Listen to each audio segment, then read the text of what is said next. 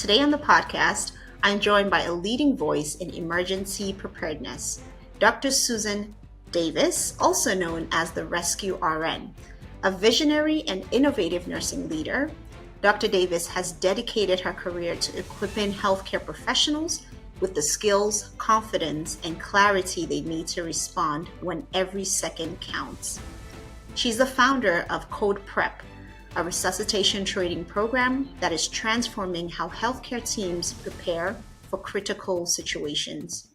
As a resuscitation education manager and trusted consultant, Dr. Davies works with schools, coalitions, and community leaders to elevate cardiovascular wellness and emergency readiness across the board.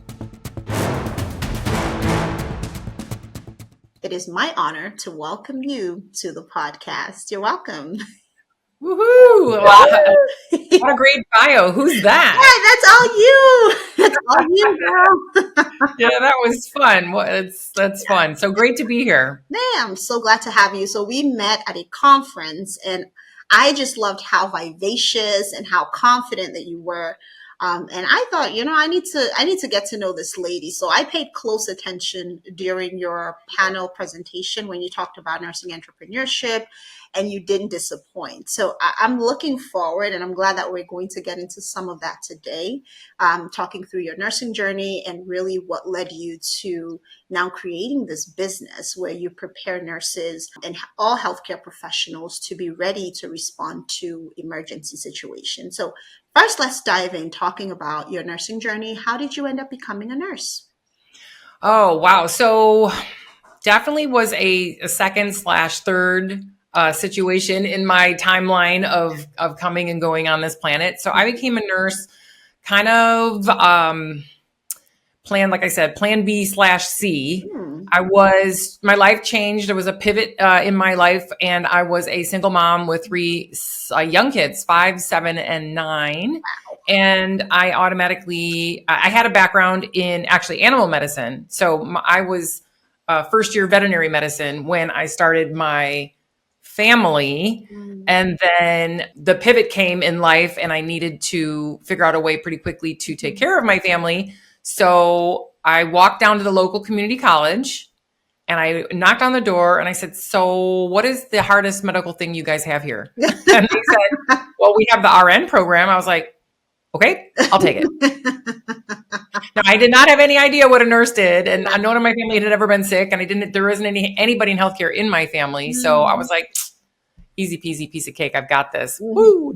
I learned a long time since then, but truly I did. I walked in and I signed up and I started right away. Wow. And then, you did that, started from veterinary medicine and then moved to nursing, which is quite a pivot. But then you started off in critical care and trauma. Yeah. So emergency and trauma is very similar to animal medicine. I mean, it was the only thing that it was very similar. So, the humans, I think I'm the only one. And when I did make that transition and I started taking care of patients, I felt like I was maybe the only one in the room that knew that they were people. I'm like, they hear you. And they can respond. They have words. I mean, I'm so used to taking care of animals. I did large animal and some small animal, but it was very striking to me how people talked at and around the people in their care. They really were more of their injury, or they were the wound. People would come and circle around and let's all look at the wound. I was like, well, actually, the wound has a body and a person connected to it. Her name is Sally. Hi, Sally. You don't mind if we all come in here and stare at your wound today, do you? Yeah. So, it seems like a big leap, but really not so much. Emergency medicine and large animal medicine are very similar. Interesting. Very cool that you talk about, even though the patient might not be conscious, we're not supposed to be talking at them. Still kind of respecting them and giving them that humanity and talking them through what's going on. So let's now kind of move into CodePrep. And what was it that inspired you to develop CodePrep? And how did it evolve from an idea to a structured program? Yeah. So again, back in the day, my very first job my very first patient on my very first job was a cardiac arrest in a trauma emergency room. And it's a very, as you've been, nurses, healthcare people, we've been in codes, and they do leave a mark. One code, if you start talking about code blue, people always have a memory. Nurses have a memory of, oh my gosh, how did they can picture the room they were in. They can picture it happening. Usually there's a lot of fear. There's trepidation. There's worry. So I remember my very first patient, very first day. And then from there, in the emergency room, we see and handle and care for a lot of cardiac arrests. They come in cardiac arresting. And then we would respond also to it was our responsibility back then from the emergency room to respond to inpatient codes. Right. So when I got there, I was really astounded by what that scene looked like, and more importantly, felt like when I arrived. So the scene was generally fairly chaotic. And then the feel part really stood out to me because I could feel people's fear. The people in those rooms were fearful. They were scared. They weren't sure if they shouldn't I? And by the time we got there, come from downstairs, upstairs, through the elevator, get up there. Sometimes you get there, the crash cart's still not there. There's just a lot going on in that room, but not necessarily what should be happening. Right. And so I thought, what the heck is going on here? Like, is this new? Is cardiac arrest new? I'm like, I don't think so. So it made me decide I was going to look further into, well, how are we preparing for this? Like, what does that look like? And so that started my journey. I started looking into and studying in-hospital cardiac arrest response and education around the world. And that was I had gone on to my master's at that point. And so in-hospital cardiac response became the focus of my master's education as a clinical nurse leader. And in that time frame, after I studied mock codes, response timeframes, the equipment, everything you can think of, I realized that it wasn't so much that the training that we had wasn't preparing us. It's that there's a big gap between the formal education that we get and where the duty hits the fan in a clinical setting. And there was a big gap. Yeah. Yeah. And so I thought, well, it's like hands-on practice, right? How are we practicing? No, we're not practicing. I mean, if you did back in the day, right, the only thing available for our training was the 2-year cycle. Right. So it was in person, and then there was blended learning, and then now we're all online. That's a whole nother story. But I thought, so what's missing?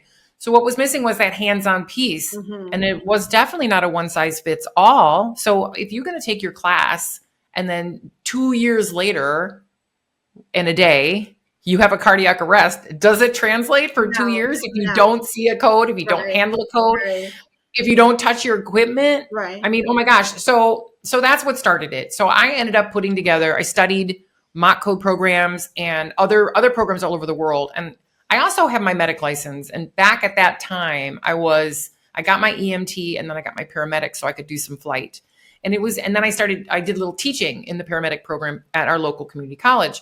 And in so doing, I thought, well, this is their calling card. Like, what are they doing that we're not in the in-hospital setting? So in teaching in EMS, I stole some of the best pieces, right? Because this is their calling card. Cardiac arrest response is their calling card. So I stole some of their best practices, integrated it with what I found in my research, and I created CodePrep. And then I was very fortunate to be able to test it out. And, it's not rocket science. I mean, all I did was get rid of all the algorithms. I got rid of everything and said, listen, what do we have right now? What do we have? Like our hands, our eyes, our brains. What's our basic equipment, and what are we going to do? And then frankly, let's all get a grip on what the research supports as the 2 things that really save the life. Well, 3, recognize the problem, calling for help, and acting. And in that acting, it's good compressions and early electricity. Yeah. So that's what I focus on. I just said, forget all that stuff. Y'all are making way too much of it. Yeah. This is call for help, jump on the chest, do some compressions, grab your stuff and use it. And then that led to a whole nother bag of goods, because in my original research, which I furthered in my doctorate, I went on to study this I studied implementation science for CodePrep at the systems level. So in my doctoral work. And so it was like, okay, how do I implement this, and how do I do it at a system level, and what does that look like? So 87% of the people in my original research had never even turned on their defibrillator, much less knew how to use it. So it's just been a journey ever since those early days of showing up and seeing the chaos, and then even worse, seeing some of my colleagues fearful and unsure. Yeah. Because that hurt my heart. It had been a while. Like, you take the course, everyone takes the ACLS because you're supposed to have it. And I think even the preparation for the ACLS can be so kind of rushed and generalized. Like, we don't really get that much practice. And then if you're in primary care, you're just like, all right, I just need to hurry up and get the points and complete this requirement. But there's really not enough hands-on. So after that, you're just left with, okay, whatever you remember. You're like, okay, two compression, 30 compression, whatever. Like, that's the very, very basics. But if you're really faced in that life or death situation, like you said, the healthcare team were like, I don't know what to do. Like, for real. I took the class, but I don't remember whatever it was. And so really great that you're kind of filling in those gaps and saying it's not really that difficult, and you're simplifying it so people are not as confused when there's a code, right? Now, did you work like as part of the rescue team on a hospital floor? So we did a little while. I was part of a pilot early on it was kind of like a SWAT nursing team, we were trauma nurses. And so we started cross training to the trauma ICU and the medical ICU. Mm-hmm. And that started so that we could take trauma patients up and then maintain that care, that transfer of care until the ICU nurse had an opportunity to break away from her current patients to come over and take over. So that's kind of how the SWAT program started out. So and then it was kind of fun because then we were in between. Mm-hmm. So if we weren't actively having trauma patients, mm-hmm. we were still cross-trained to do both. Okay. And so that's how we kind of started doing SWAT nursing, meaning we would be the ones to go to the codes, mm-hmm. and so on and so forth. Now there's rapid response teams, critical care outreach teams, all in place. So I wasn't formally on one of those teams. Mm-hmm. It was more of the crossover of my paramedic time as a paramedic and working in flight and working with medics and then educating medics that got me more aligned with, my craziness of staying on this path. And what were some of those best practices that you said you incorporated into your training that you weren't seeing on the floor? Well, I'll begin with recognition. So recognition is a huge problem in the in-hospital situation. And there's tons of software that the world wants to create for us to use, News, Muse, deterioration index, that kind of thing. So I got to thinking about, what does EMS do and who can triage in emergency medical services? Because as you know, in nursing, only the most seasoned nurse is allowed to triage. Mm-hmm. And so I thought, aren't we kind of cutting off our nose to spite our face? So if you study like a mass casualty incident, MCI in emergency, so we have a mass casualty, what happens in the field is kind of the anybody, and it could be an EMT, is given the job of triaging. So green, yellow, red. So they have really quick across the room assessment techniques for RPMs, respiration, perfusion, mental status, thumbs up, thumbs down. And that would tag the patients. The walking wounded are green, off they go. If they're yellow, you might have one parameter out of whack. And if it's out of whack, you better fix it or you're about to become a red, mm-hmm. which means it's life or death. Mm-hmm. So what I did was I adapted that and I call it visual acuity. I adopted that for the in-hospital because I wanted nurses and our other colleagues to be able to have an across-the-room assessment technique of thumbs up or thumbs down, not another charting thing, not a number we got to watch and gauge. Mm-hmm. Like, you're a human, okay? You're a mom, you're a dad, you're a sister, you're a brother. You look at people and you can tell whether they're sick or not sick. So I wanted to empower them mm-hmm. to have that ability to triage. Mm-hmm. Everyone should be triaging mm-hmm. with confidence. And then I go one step further. If their patient is a yellow or red, they have an action step. So if right away, so if one of those RPMs was up and now it's down, that's permission to call. Right. So I use that. The second thing that I would say that I brought in would be the high performance CPR. Mm-hmm. So in EMS, most EMS use high performance CPR and pit crew style drill practice. Mm-hmm. So they know their roles just like a pit crew in NASCAR, and they get around the patient. They know the role. Right. It doesn't matter. It doesn't have to be pre-assigned. Like, it depends on where they land when they get there, and they know that role, and they all train all of those roles repetitively. Right. And then they measure it. So there's a big difference between performance and high performance. High performance says, we don't just take the class once every 2 years. They would never do that. Right. They learn the skill, then they practice it.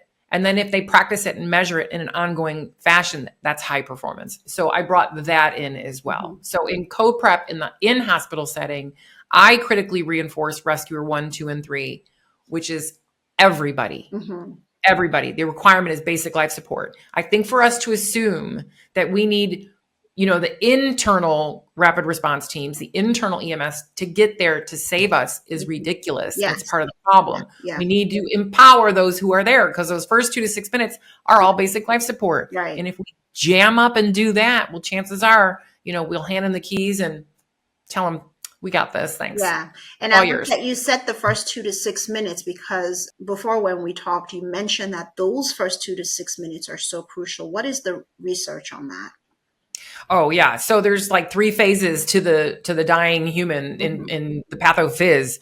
And you have just the first couple minutes where you might still have some blood flow, very few. Okay. We're cooking with oil. You have a little bit of electricity. Actually, the first phase is the electric phase. So like a car, I always say it's like a car. It has so much battery for so long. Right. So if we're going to use the defibrillator, that's why it's supposed to be in 2 minutes or less, because like your car battery, right? You go outside and you still got a little chink, chink, right? You've got some time. We've got time to jump it and get it back. Right. But when it's, so the heart only in the first phase, the heart only holds electricity for long enough. So after that, you're kind of out of the window of having a successful defibrillation attempt if so needed. Right. And then it moves into the cardiovascular mix match, right? So now we're not getting enough in and we're not getting enough out.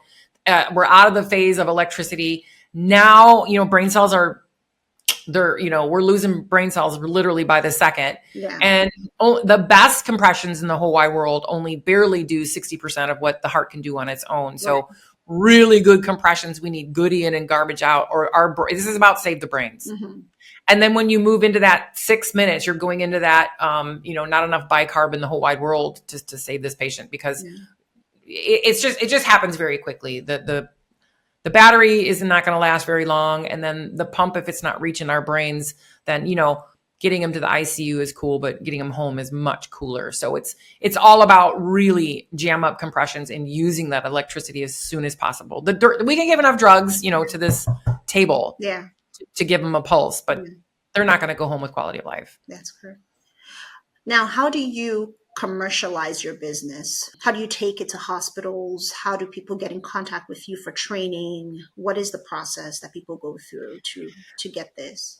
So it's a really good question. And as an entrepreneur and just a crazy driven nurse, there's lots of different avenues for that, and you have to be ready to pivot. So I've been doing this, I say, code prepping in dark alleys for a decade. Yeah. And initially, I code prep locally, trained hundreds and hundreds and thousands of nurses and teams locally in every department. And then I started getting called to other healthcare systems. And then I realized it was something I had to do because that was in between my master's and my doctorate. And rather than start a business, which was terrifying, I went to get my doctorate. That was easier. I was like, oh my gosh, there's a rubric. I'm doing that. Yeah, for sure. So I now am very fortunate that I think primarily the answer is going to be, it's all about the relationships. So I have something that I love, that I'm deeply passionate about. And I end up, people are curious about the same question you just asked. And then I meet them and we talk with them and then I show them, and you just add so much value that there's no way they could say no. Yeah. And then it works, because it doesn't not work. There's no such thing as it not working. It works. It just doesn't, right? Anything you do, brief, hands-on, repetitive practice, you're going to get better. Yeah. So that's how it started with other healthcare systems. And now I have vendor relationships. So I now work with vendors in my area of resuscitation, as well as areas that I would never have thought. I would have never thought of, pharmaceutical companies, pharmaceuticals that, drugs that might cause anaphylaxis or a cardiac arrest just by, allergy or no previous allergy, who knows? And so really responsible vendors that are saying, we know our product could possibly cause a reaction and we want to make certain that our clients are prepared. Will you work with us? And I'm like, Sure, I will. Now you're the big boss. Yeah. I love that. Taking that leap of faith. What were some challenges that you faced along the way? Because we don't want people to think that like stepping into entrepreneurship is, cakewalk. Oh, there's zero cake involved. Yeah. Zero. Yeah. There's zero cake and there's no walking. There's a lot of crawling, a lot of crying, and a lot of you just have to, I just wrote in my newsletter. Yeah. I just wrote in my newsletter yesterday. It was called Love the Problem. Yeah. So you have to be prepared to love the problem and not your solution, because your solution will change if you are flexible and you're agile 100 times if possible, based on, it can't be what I think they need, and what they need. So challenges are my product, there's product and there's services. So I had like basically an idea that became kind of a product, and then the product became a service. Mm-hmm. And then, people are like, it's a service. Well, why we have BLS and ACLS and PALS? Why do we need this? I'm like, well, I don't know. The time to shock in the hospital right now in the United States is 9 minutes. Maybe there's that. Yeah. I mean, it's supposed to be in 2 or less, but surrounded by healthcare workers and surrounded by the equipment, truly that's the time frame across our country is 9 minutes, which is at the same amount of time it takes for an ambulance to get to your living room. Mm. So I just kind of knew that that's just not cutting it. It's not cutting it. And so I'm not stopping. So you just can't stop. You have to love the problem more than your solution and be ready to iterate. So I'd say there's lots of critics, but when it comes down to resources, most healthcare systems, they have to have, basic, advanced, or pediatric life support. It doesn't have to be from one entity or another. It could be anyone. Culturally, some of the legacy organizations are just the norm. Right. And then people then have to recognize that, okay, so we're paying this gigantic bill for our, 15,000 employees, or some have a lot more than that. We have to say, whoops, our response times aren't there. Our saves aren't there. The confidence isn't there, but we don't actually have to have this. So that's probably my biggest roadblock is people don't have to have my program. Mm. But the fun part is working with people who recognize that their teams need it, and we do it anyway. Mm. So that's the cool part. You can't, you have to really listen to the feedback. Mm. You have to make sure that there's people who want it, and you got to make sure that there's people who will pay for it. Yeah. And once you have that more than once, you have that a handful of times. Mm-hmm. Well, in my book, that's enough to keep going. Yeah. So, and frankly, the institutions that say, "Oh, we don't have that problem here," I'm like, really? Mm-hmm. Really? Let's test that theory. Yeah. Really? If you ask your supervisors or your managers, they're begging for it. Mm-hmm. I promise, because supervisors and managers and directors, they want their teams to feel confident. They do not want them to go home feeling like they might not have done the best that they could have. That's a horrible ripple effect in a nurse, mm-hmm. to feel like they weren't prepared and didn't know what to do. Mm-hmm. That hurts my heart. That's why I created it in the first place. Mm-hmm. And then other than that, it works. Yeah, absolutely. So when you go into a hospital, for instance, let's use that example. Are you there for a full day? Is it a weekend thing? Like, how long do you train these nurses? And is it repetitive over like a couple of months? Then you do a renewal? How does it work? Yeah. So, of course, we've evolved over the many years that we've been doing this. So right now I'm really pivoting. I can train this. The short answer to that is we're pivoting as we speak, mm-hmm. Into a train the trainer model, because we've trained teams. I have teams and I have coaches. So I can train teams, which is anybody with basic life support. Mm-hmm. And I train coaches in the train the trainer model, because in order for sustainability, you have to train as many coaches as possible. Right. This part is ongoing. So we'll go in and we'll train. I do approximately 5 coaches to every 20 team members. Okay. So we just take basic life support numbers, average that. So on an average unit of 100 nurses, they need 20 coaches. The coaches have to have coverage for both day and night. Mm-hmm. So we'll go in, train the coaches. Right now, that is a day. Mm-hmm. That's a full day workshop. Mm-hmm. I was doing it in a day and a half. Some people still like that day and a half. So now that day and a half is optional. I continually try to tweak the time frame that I'm there, being very conscientious of the full-time employees that are not on the clock or not on the clock doing their job, but doing this professional development support entire workshop. So I constantly balance those numbers, very conscientious of resources. My program is very resource friendly. Yeah. So, and then they have renewals that are every quarter. Okay. And we do, a lot of hospitals like to incorporate CodePrep and or Reaction Ready, which is my imaging version of this course, into their onboarding. Yeah. We've had a lot of success at onboarding, lots of turnover. So they love it at onboarding.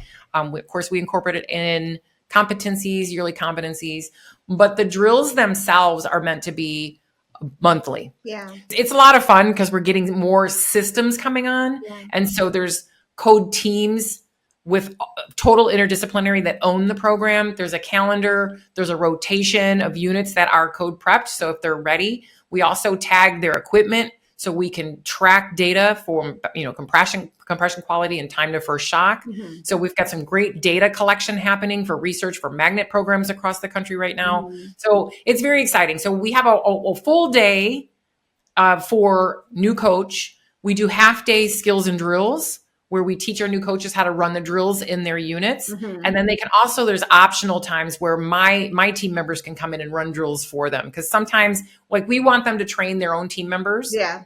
But sometimes we come in, we have an opportunity to come in quarterly and run some drills for them to make sure that just we spruce them up. Thank you. So it's a year program. Yeah. Oh, wow. Ongoing. And Reaction Ready is kind of a different offshoot of CodePrep, correct?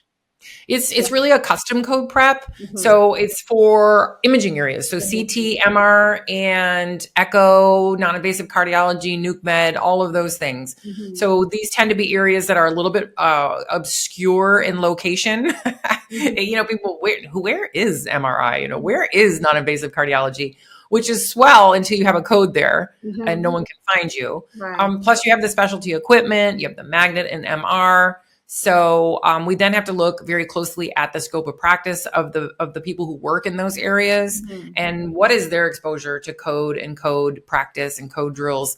And so just-in-time training is a really good idea in those areas. And right now, that's actually one of my biggest pivots right now. So we're spending a lot of time across the country in imaging areas. That's wonderful. And so just kind of going back again to Reaction Ready, right? Reaction Ready is related to kind of addressing imaging-related emergencies, right? Correct. So what happens for Reaction Ready, again, everything in cardiac arrest comes down to recognize the problem, call for help, and act.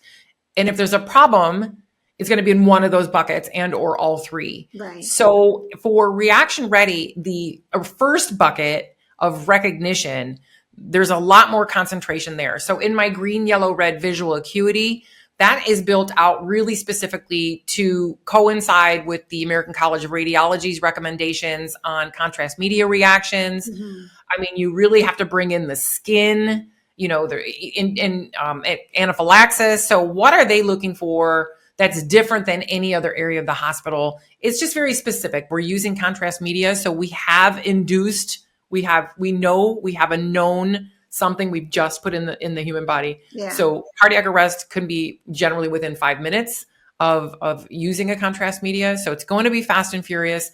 And then if you look at the job descriptions, there's rad techs, there's sonographers, there's a lot of people, radiologists, not necessarily known for their time on human.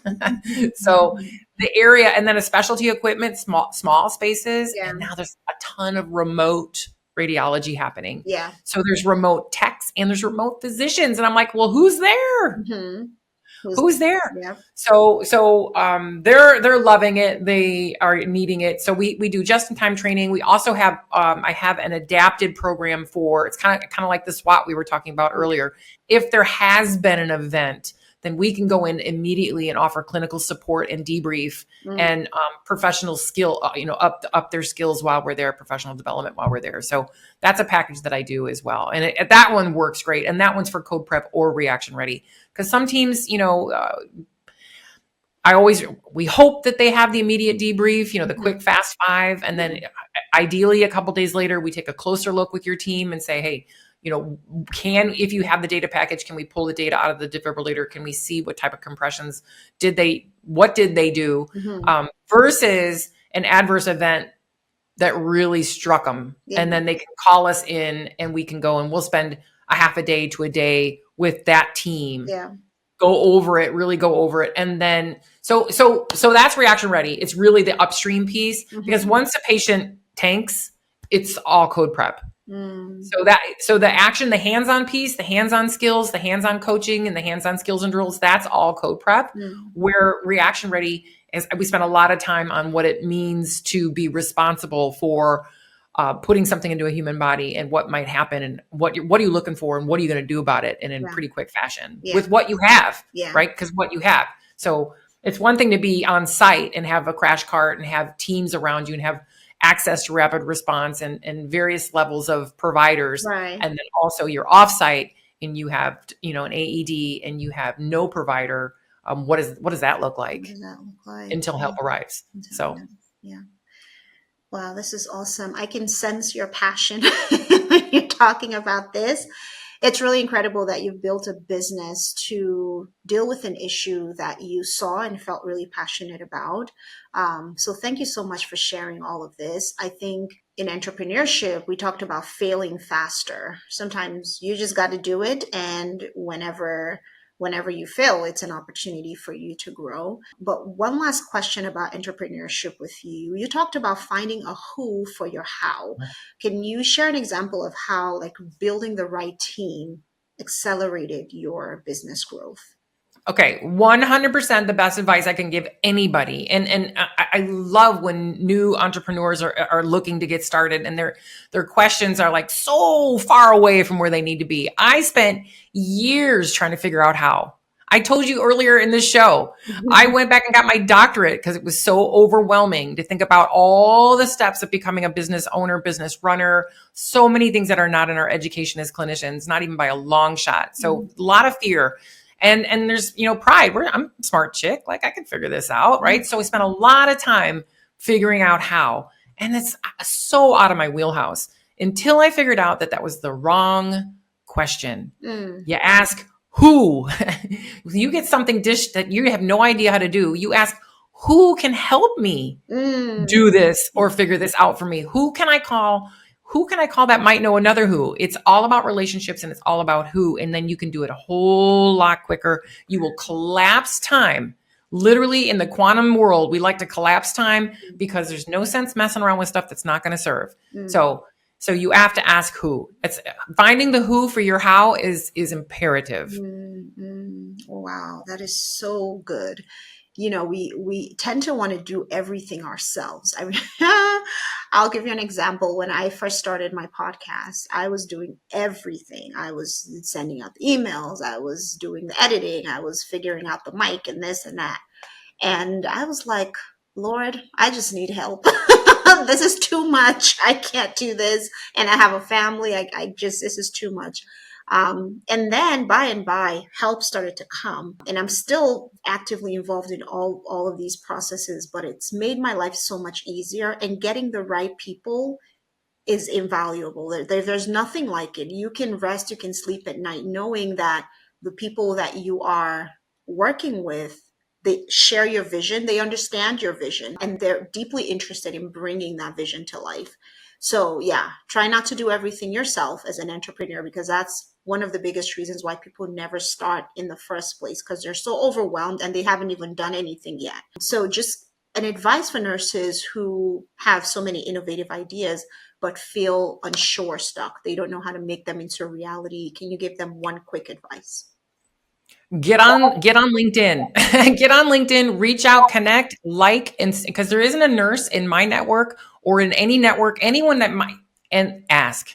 Literally, if you find yourself getting overwhelmed and you have no idea how, ask. Make yourself ask in 5 seconds. Don't not 5 minutes, not 10 minutes, not a week from now, because you'll find yourself on that same problem 6 months from now. So I implore them to fail fast, reach out, you're like a grain of sand in this big picture of life. We're like a grain of sand. Right. Who cares? Ask. Right. So, get on LinkedIn, ask me. I know if I asked you, there isn't anyone at that conference where you and I met. I could ask anyone in that room one of my questions and they probably would have given me 10 who's. Even if they don't know, I promise you somebody does. Yeah. So I implore someone with an idea just to ask. And if you're uncomfortable asking, I know people, even new nurses are afraid to ask even their preceptor sometimes silly questions.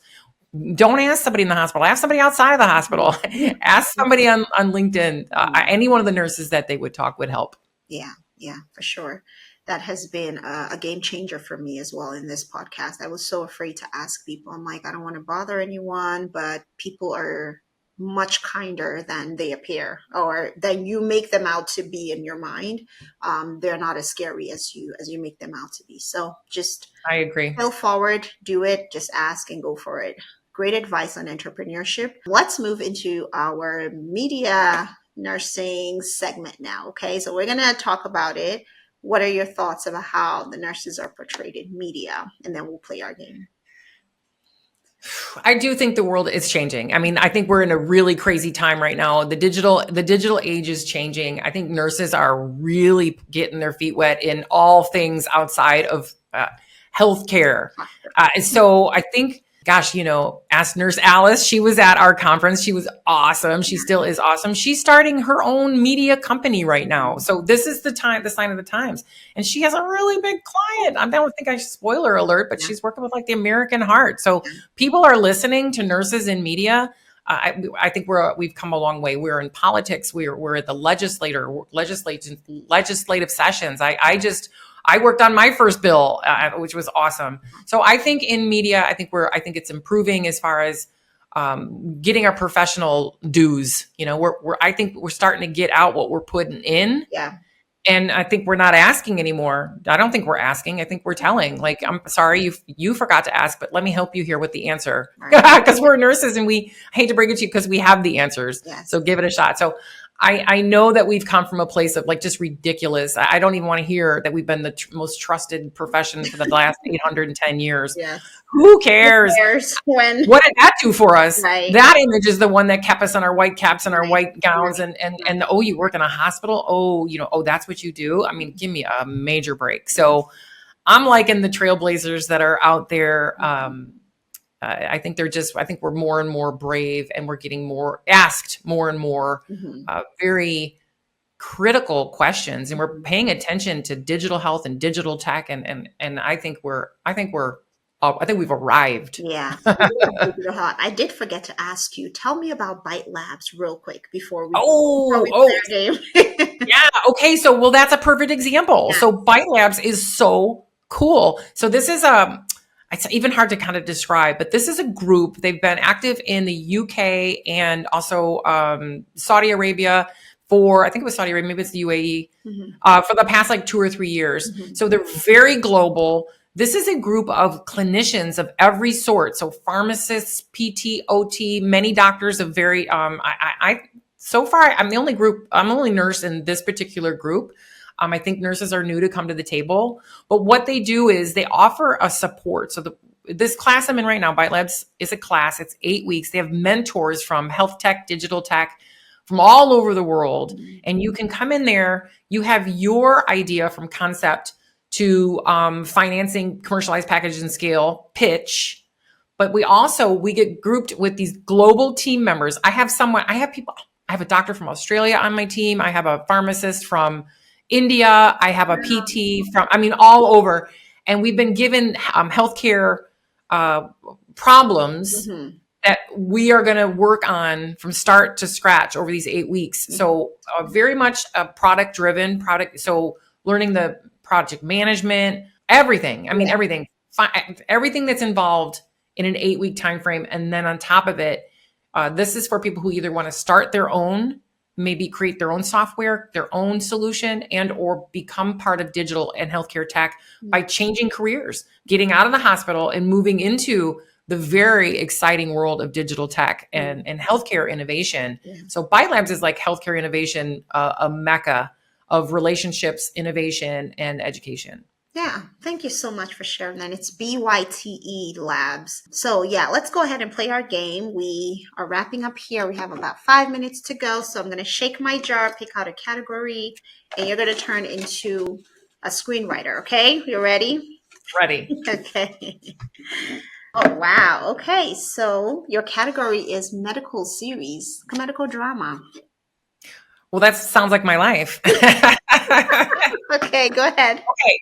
So if I think about what we were just talking about, my project at Bite Labs is we're solving the problem of rural telehealth in rural America. Mm-hmm. So what's the success and or failure and what's happening out there and how can we help our patients and people? So if I think about that, which is where my brain's been a lot lately, I think of this show that stars in a school nurse, perhaps. What's her name? I don't know, but she's somewhere. So she was a very rural school nurse, and she every day is dealing with Band-Aids and bee stings, and it's a small office. But what she does is she has this little secret like Wonder Woman Superman thing going on here, and she monitors 911 over around the country. So what she does is when she gets these calls of a remote emergency for our rural family members, so she Wonder Woman Supermans herself to the scene and she takes care of, maybe it's stop the bleed. Maybe she's delivering a baby. I mean, honestly, we have all kinds of, I can't believe the maternal health problems we have in this country right now. So, and 75% of maternal deaths are from bleeding, from hemorrhaging from mothers in the United States. All right. So Sally, school nurse, she Wonder Woman's herself to the scene, stops the bleed, delivers the baby. No problem. Boop. And then she's back and she's back. And so, there's lots of areas in our country that don't even have 911 operators. So who's answering that call? Well, Sally, the school nurse. Yeah, she's not going to miss it. She's running. She's not going to miss it. She's not going to miss a 911 call, right? So there's someone who's has a tractor problem. They've been rolled over by a horse, or there's a massive amount of bee stings and anaphylaxis. Not a problem. She love it. Rolled over by a horse. It happens. I actually responded. I was actually working fixed wing, and that was a trauma. I got way out in the middle of the state, and we landed and had to package up that gal who had a bad horse accident. So anyway, Sally, the school nurse, she monitors 911 and responds across the country quicker than rural EMS. They take a really long time to get there. Yeah. Thank you so much for sharing that. Where can people connect with you if, they wanted to find out more about CodePrep and perhaps get some of your services? Fantastic. So my website is rescuern.com, or you can email me, susan@rescuern.com, or by all means, reach out to me on LinkedIn. I'm on all of the socials, but frankly, I don't really know how to do any of them. So I'm fairly skilled at LinkedIn, and that's my fave. That's where I spend the most time. So absolutely reach out to me on LinkedIn and or at rescuern.com. Awesome. Thank you. If you could recommend one person to be a guest on the show, who would it be? Oh, you've had so many of my friends on. I know. You've had so many of my friends on. Every time I turn on and I see you have so many. One of them. I gotta think. There's some new people that I'm working with right now. I have to think about that. No problem. You can, you know where to find me. You can send me a message. But it has been such a pleasure to have you on here as a guest. Thank you for just your bubbly personality. Thank you for your passion. Thank you for sharing with my guests what you do. Guys, thank you so much for tuning in today. Please like, share, and subscribe. And I will catch you in the next one. Bye-bye. Bye.